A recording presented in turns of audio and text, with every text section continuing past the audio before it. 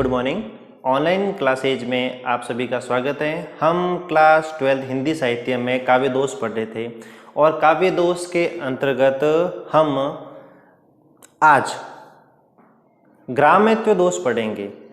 ग्राम्यत्व दोष मतलब ये ग्राम्यत्व शब्द से हमें पता चल रहा है ऐसा दोष जो गांवों से संबंधित है, ग्रामीण क्षेत्र से संबंधित है, अंचल क्षेत्र से संबंधित है। तो ग्राम्यत्व दोष और हमने पिछली क्लास में पढ़ा था अश्लीलत्व दोष।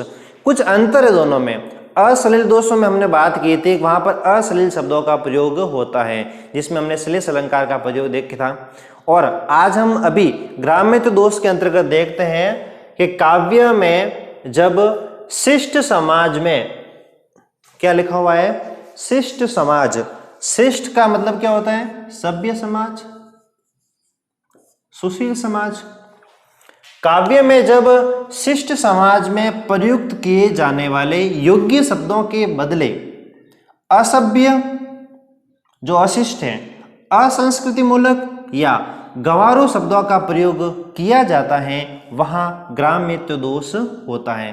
परिभाषा को वापस देखना कि काव्य में जहां ऐसे शब्द, शिष्ट समाज हम किसको कहेंगे, सभ्य समाज हम किसको कहेंगे, एक सांस्कृतिक समाज हम किसको कहेंगे, ऐसे समाज को कहेंगे जहां पर सभ्य शब्दों का प्रयोग होता है, जहां पर उचित भाषा का प्रयोग होता है, सुसंस्कृतशील भाषा का प्रयोग होता है, अच्छी आपकी भाषा का प्रयोग होता है। ऐसे शब्द जो हमें साहित्य के तौर पर, वाचन के तौर पर हमें अच्छे लगते हैं, वह समाज तो कहलाता है सभ्य समाज। लेकिन सभ्य समाज में सभ्य शब्दों का प्रयोग होता है जब उन शब्दों के बदले अनुचित शब्दों का प्रयोग होता है, अर्थात गंवारूपन शब्दों का प्रयोग होता है, वहां पर ग्राम्यत्व दोष होता है।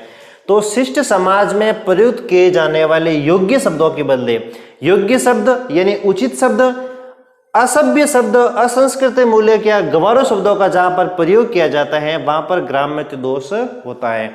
अर्थात जहां पर शिष्ट शब्दों का प्रयोग नहीं होता है, संस्कृति मूलक शब्दों का प्रयोग नहीं होता है, तो फिर कैसे शब्दों का प्रयोग होगा? जो अशिष्ट हैं, जो गंवारू शब्द हैं, जो असंस्कृति मूलक शब्द हैं, ऐसे शब्दों का जहां पर प्रयोग होगा वहां पर ग्राम्यत्व दोष होगा। तो सभ्य समाज की विशेषता होगी, वहां पर सभ्य शब्द बोले जाते हैं, शिष्ट शब्द बोले जाते हैं। लेकिन इसके विपरीत असभ्य समाज में शिष्ट शब्दों का प्रयोग नहीं होता है, अशिष्ट शब्दों का प्रयोग होता है, गंवारू शब्दों का प्रयोग होता है, एक फोड़ भाषा का प्रयोग होता है। तो वहां पर हमेशा ग्राम्यत्व दोष होगा। जैसे मूड पे मुकुट धरे सोहत गोपाल है। हम ये मूड शब्द, हम मूड शब्द बोलते हैं। मूड शब्द एक ग्रामीण शब्द है जिसको हम बोलते हैं मुंडा। हम बोलते हैं, हम कभी भी अपना मुख नहीं कहते, चेहरा नहीं कहते, हम क्या बोलते हैं? मुंडा शब्द बोलते हैं, मूड शब्द बोलते हैं। तो ये मूड शब्द यहां पर जो लिखा हुआ है ये गंवारू शब्द है। ये क्या शब्द है? आपके गंवारू शब्द है। मूड का मतलब यहाँ पर वास्तविक अर्थ जो होगा वह सिर होगा, लेकिन यहाँ पर सिर लिखा हुआ नहीं है। क्या लिखा हुआ है? मूड, जिसको हम अपनी भाषा में मूड नहीं कहते, हम मुंडा शब्द बोलते हैं। अब मुंडा पंजाबी भाषा का मुंडा नहीं, वह मुंडा जो अपने चेहरे को हम बोलते हैं। तो मूड पे मुकुट धरे सोहत गोपाल, यहाँ पर ग्वालों की विशेषता बताई गई है, उसके सिर पर मुकुट धरा हुआ है। तो यहाँ पर मूड शब्द जो है वह ग्रामीण भाषा का शब्द है, बोलचाल की भाषा का शब्द है, एक गंवारू शब्द है। इसलिए यहाँ पर कौन सा दोष होगा? ग्राम्यत्व दोष होगा। इसमें मूड शब्द गंवारू है जिसका शिष्ट साहित्य में प्रयोग नहीं होता है। शिष्ट साहित्य अर्थात सभ्य साहित्य में, एक अच्छे साहित्य में ऐसे शब्दों का प्रयोग नहीं होता है, इसलिए यहां पर ग्राम्यत्व दोष होगा। अगला, पड़े झटोले पे रहे नींद न आई रात। यहां पर शब्द लिखा हुआ है कैसा? आपके झटोले। झटोला शब्द जो है ग्रामीण भाषा का शब्द है जिसको हम माचा कहते हैं या मंचली वगैरह कहते हैं। आपके ऐसा शब्द एक ग्रामीण भाषा का शब्द है, तो इसलिए ये ग्राम्यत्व दोष आपके इस शब्द में है। ये एक गंवारू शब्द है। झटोले शब्द क्या है? एक गंवारू शब्द है, इसलिए यहां पर कौन सा दोष हो जाएगा? ग्राम्यत्व दोष हो जाएगा। वाक्य में पंक्ति पर जहां पर ग्रामीण शब्दों का प्रयोग हो जाता है, ग्रामीण शब्द भी ऐसे जो हमें शक्ल से ही दूर से लग जाते हैं, ये गंवारू शब्द है, वहां पर ग्राम्यत्व दोष होगा क्योंकि ग्रामीण क्षेत्र से संबंधित है।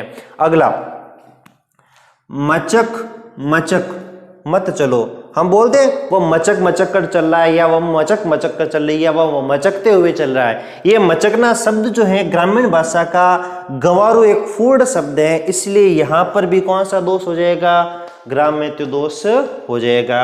अगला जो है चपल चारु लोचन चलते थे, चपल यानी चंचल, चारु लोचन यानी सुंदर, लोचन यानी आंखें, चलते थे, डेंडुआ की आंखें से नहीं थी। यहाँ पर तो शब्द सही लिखे हुए हैं, लेकिन यहाँ पर शब्द क्या दे दिया, आंखों की यहाँ पर तो अच्छी विशेषता बता दी, लेकिन यहाँ पर उसकी आंखों को कैसे बता दिया, डेंडुआ।